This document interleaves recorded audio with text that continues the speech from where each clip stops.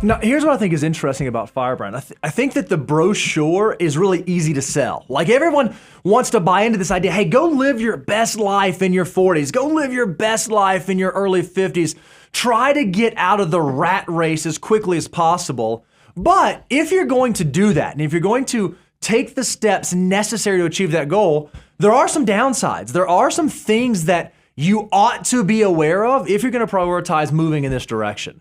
Yeah, let's kind of jump into some of those downsides. The first one, I think if you're fire, and this is not it's not something where we're just trying to throw cold water. It's just something you have to look for your blind spots. What are the things you're not thinking about, or what are the areas that could cause an oh my goodness, why did I not think about this before we got into this process? And the first thing is that we're going to show you from a numbers standpoint is that fire requires a lot of discipline. You have to save a lot of your income. And you, by the way, have to have a big shovel. You have to have a really good income. We'll show you in a second. But because of this commitment, because you have to prioritize this discipline, there's a good chance a lot of life goals are going to be even harder. Like thinking about trying to save up for your first house down payment. Think about trying to budget for children and other things.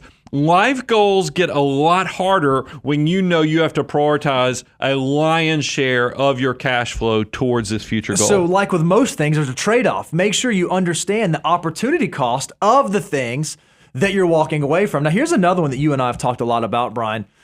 When it comes to fire, we think about, man, I wish I just had more time. And one of the things I want to do with my time is spend time with the people that I love. I want to be able to go hang out with my friends. I want to go be able to do that thing. Well, if you're someone who's retiring early, a lot of the people that you work with or that have kids the same age, that are going through the same life stuff, they might not be there with you. So you might find yourself in your mid-40s looking around on, like you said, on Sunday night, you just got done hanging out. All your working friends are ready to be in bed by 8:30, but you're sitting there ready to have a good time. Make sure you understand that it can be isolating. And we've actually seen this practically with a number of our clients who've left the workforce say, man, you know what I kind of miss? I don't miss the work. I don't miss the job. I don't miss the grind. But man, it was great that I had a built-in social structure. It was wonderful that I had people I could interact with on a daily basis. So if you are going to be fire, you're naturally going to be in an exclusive club where there might not be a lot of folks around you. Yeah, so I would encourage you. I've done this. I've had mixed results on what I've done. But try to, if you're part of the fire movement, try to find friends and family that will do it with you, because that way you're not hanging out in whatever shopping center or whatever hobby or whatever you're doing alone. But look, this does work, and there are some benefits to this. And the fact that, think about it, you get to travel when everybody else is doing something else. Tuesday through Thursday are great travel days. It's probably much easier to go to your Walmart or Target on a Tuesday versus a Saturday, or Costco. There's the one that's probably great to be a member of the fire. But it is one of those things, you might not have as many friends hanging out with you because you're doing things a little differently. Here's the other big downside that we've seen, again, from our experience working with fire individuals, is that the grass may not always be greener on the other side. A lot of times folks are so focused on that thing that they are escaping from. I want to get out of the rat race. I want to get away from the job. I want to get away from the 9 to 5. I want to get away from the fill in the blank.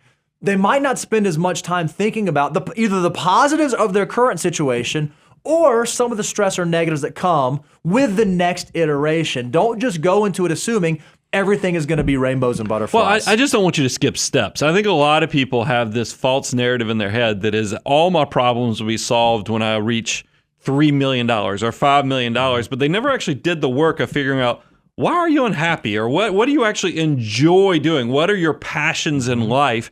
Don't skip the whys. Know what makes you happy.